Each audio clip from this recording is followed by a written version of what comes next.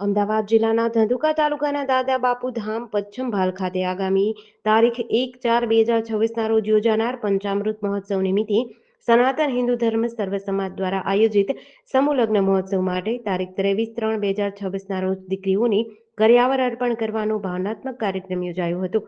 આવનાર ચતુર્થ પાટોત્સવ પ્રસંગે 5 વિશેષ કાર્યક્રમોનું આયોજન કરવામાં આવ્યું છે, જેમાં મા બાપ વગરની 11 દીકરીઓના સમૂહ લગ્ન મહોત્સવનું વિશેષ મહત્વ છે. આ આયોજનની અનોખી વિશેષતા એ છે કે મહારાષ્ટ્ર અને મધ્યપ્રદેશથી 2 પ્રજ્ઞાચક્ષુ દીકરીઓ અને 2 દીકરાઓ પણ આ પવિત્ર બંધનમાં જોડાશે. સમાજની માનવતા અને સેવા ભાવનાનું ઉત્તમ ઉદાહરણ રૂપે માતા પિતા અને ભાઈ વિહોણી દીકરીઓ માટે કન્યાદાન આપનાર માતા પિતા અને ધર્મના ભાઈ તરીકે આગળ આવેલ સમાજના ભાઈઓએ જીવનભર રક્ષા કરવાનો સંકલ્પ કર્યો છે. સમૂહ લગ્નમાં જોડાયેલી તમામ દીકરીઓને તેમની જરૂરિયાત મુજબ આશરે 250 જેટલી વસ્તુઓ સાથે સોના ચાંદીના આભૂષણો કર્યાવર રૂપે આપવામાં આવ્યા હતા. વરપક્ષના વાલીઓએ કર્યાવર સ્વીકાર્યો અને દાદા બાપુ ધામના સેવકો દ્વારા વિદાય આપવામાં આવી હતી. આ પ્રસંગે 1/4/2026ના રોજ 11 બ્રાહ્મણો દ્વારા 5 દિવસ સુધી દુર્ગા સપ્તશતી પાઠનું આયોજન થશે અને શતચંડી મહાયજ્ઞનું પણ આયોજન કરાયું છે. યજ્ઞ પૂર્ણાહુતિ બાદ વૈદિક વિધિથી તમામ 11 દીકરીઓના લગ્ન સંપન્ન થશે અને યજ્ઞનું ફળ નવદંપતીના સુખ સમૃદ્ધિ માટે અર્પણ કરવામાં આવશે.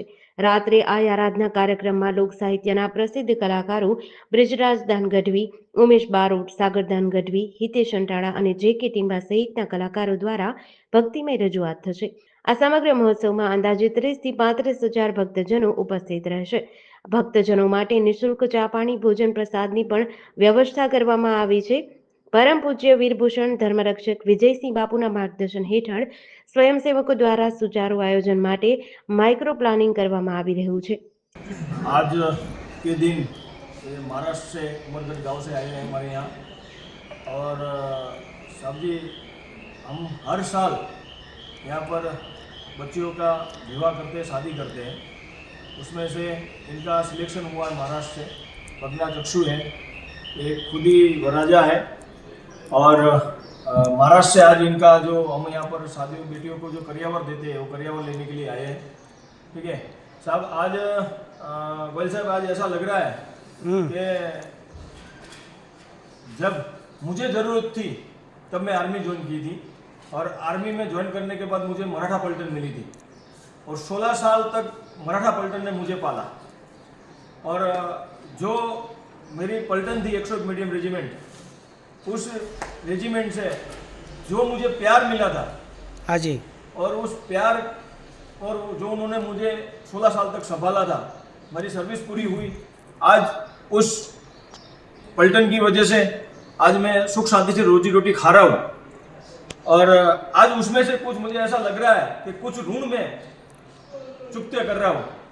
ठीक है, जो इनके उसमें उपलक्ष्य में मुझे आज मिला है.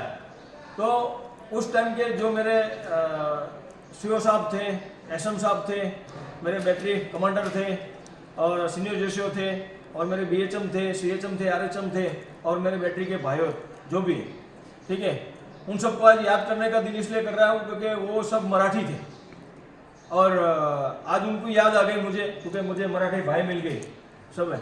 ठीक है, बहुत अच्छे लोग होते हैं साहब, ये प्रामाणिकता होती है इनके अंदर, और हमेशा साथ लेके चलते हैं सबको. ठीक है, तो उनको भी मैं आज इनके माध्यम से इस अपने प्रसंग में सबको आमंत्रित करता हूँ, पधारे. मी ॲक्च्युली उंबरगावमध्ये एक संस्था आहे आमची, प्रज्ञाचक्षु महिला केंद्र कोण, तर त्या संस्थेमध्ये मी राहतो, आणि तिथे आम्हाला कंपनीमध्ये काम दिलं जातं. तर तिथे पंकजभाई डगली आणि मुक्ताबेन डगली यांची संस्था आहे ती. तर मी त्या संस्थेमध्ये राहतो, आणि आज त्यांच्यामुळे मला इथे यायला मिळालं आणि एवढी सगळी सुविधा मिळाली. खरं तर मी त्यांना सांगितलं होतं की सर मला ॲक्च्युली लग्न करायचं आहे, तर मला कुठली संस्था असेल किंवा तुमच्या ओळखीने काय असेल तर मला सांगा. तर त्यांनी मला इथपर्यंत आणण्याचा प्रयत्न केला. आज मी त्यांचेसुद्धा खूप आभारी मानतो, आणि मी आज घरून इथपर्यंत येऊ शकलो. तर आज माझे 2 भाऊ आहेत, माझा मोठा भाऊ आणि हा पण माझा मोठा भाऊच आहे. तर मी आज त्यांना सोबत घेऊन इथपर्यंत येऊ शकलो, कारण की मी एकटा येणं म्हटलं तर एवढं सगळं अरेंज करायचं म्हटलं तर थोडंसं माझ्याकडून नाही शक्य होत. तर मी आज त्यांच्या सहाय्याने मी आज इथपर्यंत पोहोचलो आहे. तर मी आज त्यांना सुद्धा धन्यवाद देतो, आणि इथेच थांबतो. जेडीसी न्यूज સાથે સીકે બારડ, ધંધુકા.